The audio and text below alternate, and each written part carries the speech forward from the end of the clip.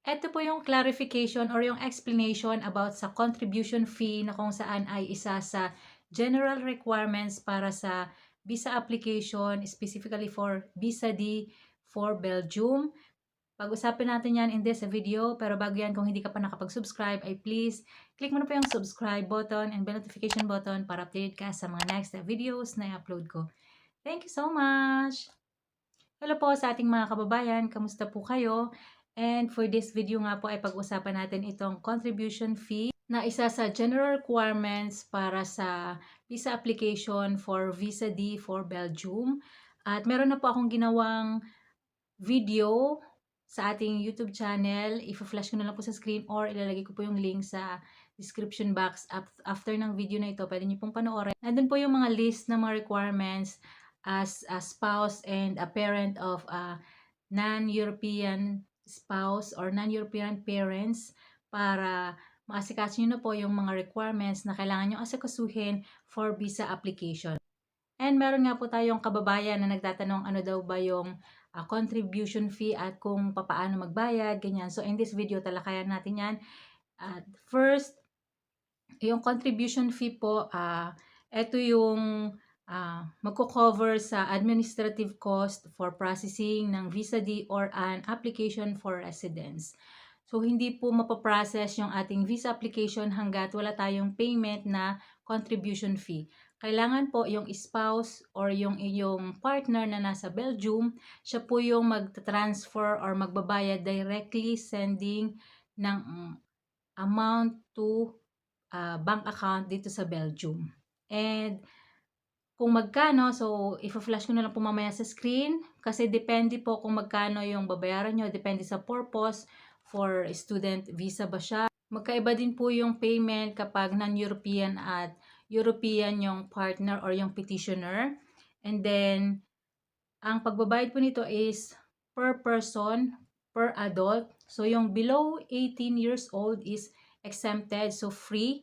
And yung din pong, bali dalawa yung free, yung under 18 years old of age and then yung second option or yung isa pang free of charge dito sa contribution fee is yung kapag na-recognize as stateless person ka or who lost your nationality against your will. So, yun yung dalawang option na exempted. But, kung hindi ka exempted, ay kailangang magbayad ng contribution fee each person para ma-process yung visa application. By the way, kailangan magbayad ng contribution fee before mag-submit ng mga requirements. Ibig sabihin, bago ka pumunta sa BFS Global Manila, kailangan nakaprinted na yung proof of payment ng iyong contribution. Kasi kasama yon sa requirements na ipapasa sa BFS Global sa Belgium Embassy. And ayun nga po, nabanggit ko na, no contribution fee, no processing. So, strictly mandatory siya na requirement as general requirement kasi nga, if hindi ka nagbayad, hindi mapaprocess yung visa application mo. And if ever rejected yung visa application mo, whether approved or denied yung iyong visa application, hindi siya refundable. So, clear po tayo dun. Hindi siya refundable. So, if ever rejected yung visa application mo ngayon and then magre-reapply ka next time, so kailangan mo pa rin magbayad next time ng contribution fee. If ever yung payment mo is error, for any reason, I don't know kung paanong error yan, pwede siyang ma-refund kapag error siya. Ibig sabihin, meron siyang mga due process na pwedeng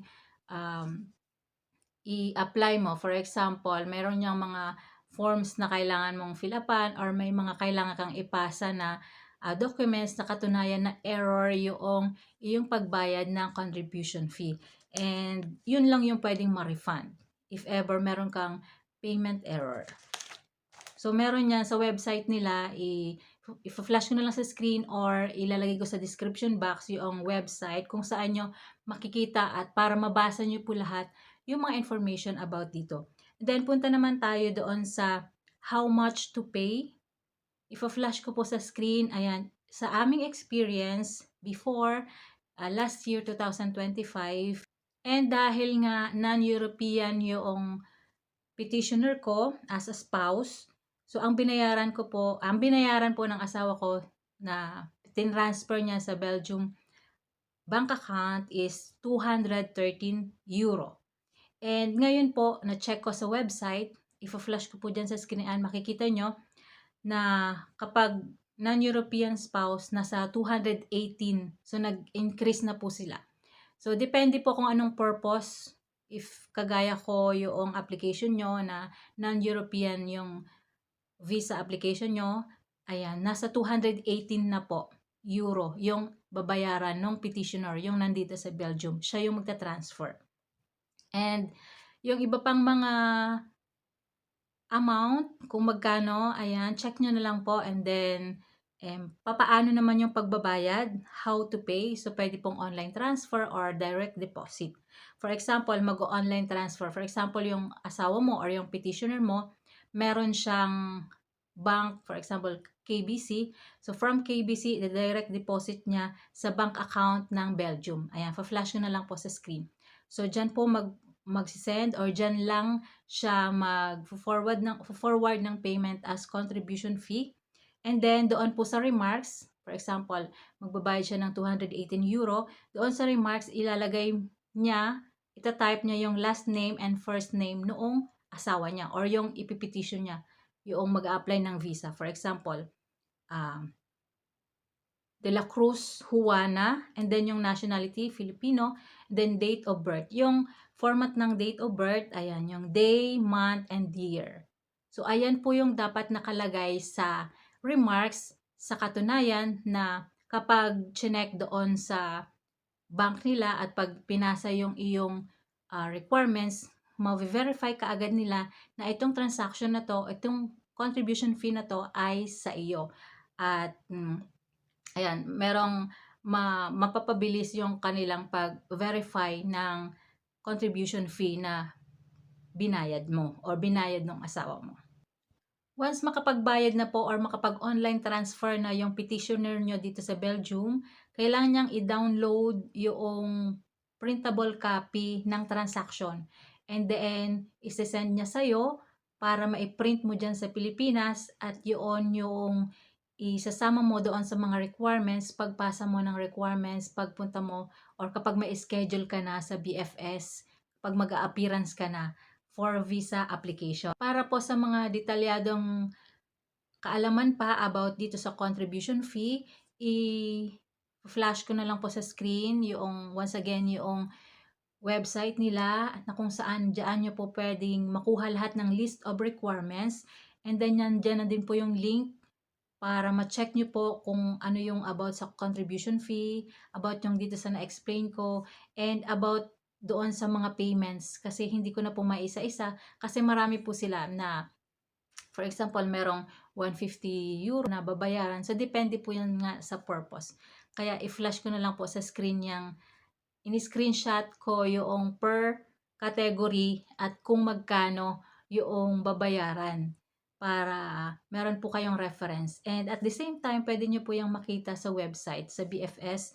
And then, para ma-check nyo po one by one or ma-read nyo yung mga conditions and yung mga policies at para ma-double check nyo din po yung mga sinasabi ko dito. And ayun, if ever may mga question pa po kayo, pwede nyo pong i-comment dyan sa ating comment section para if ever alam ko ay pwede ko po kayong masagot kapag may time tayo, pwede po nating magawa ng video. And sa next video, abangan nyo po, pwede po ako magawa ng video about naman sa medical na experience namin about dito sa pag-apply ng aming visa. Kaya kung hindi ka pa nakapag-subscribe, ay please click mo na yung subscribe button and bell notification button para updated ka sa mga next videos na i-upload ko. Thank you so much! Hanggang sa next video.